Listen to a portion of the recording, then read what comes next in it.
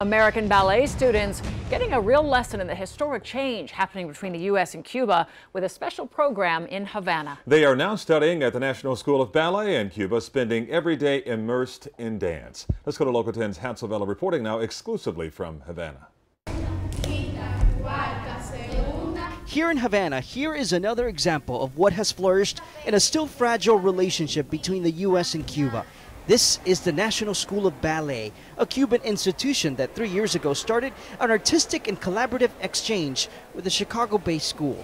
Unlike anything I've ever done in my life, I did Samantha Sachs, just one of 4 Americans this year taking advantage of the exchange. Like, these kids' lives revolve around dance. And That's just one of the lessons these girls have learned about ballet in Cuba. But the lessons go beyond dance. Because there's such a stigma around Cuba, and especially the relations that we have with this country are really strained right now. It's just really nice to be here and meet the people and not be mystified by everything we hear in the news or Cold War. But the reality is there. Ramona de Sa, the school's director, walked us around the school and talked about the history of the beautiful building, once the Historian Center in Havana.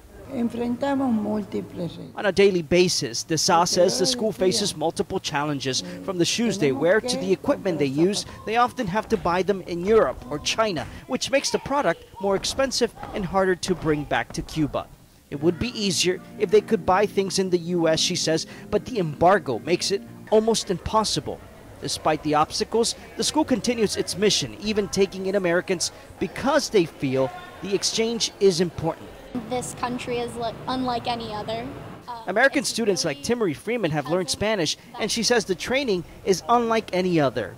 Being able to focus so intensely on ballet has been really incredible. Skills, she says, will help her strengthen her technique and artistry. I'm Havana, Local 10 News, Havana. Wow.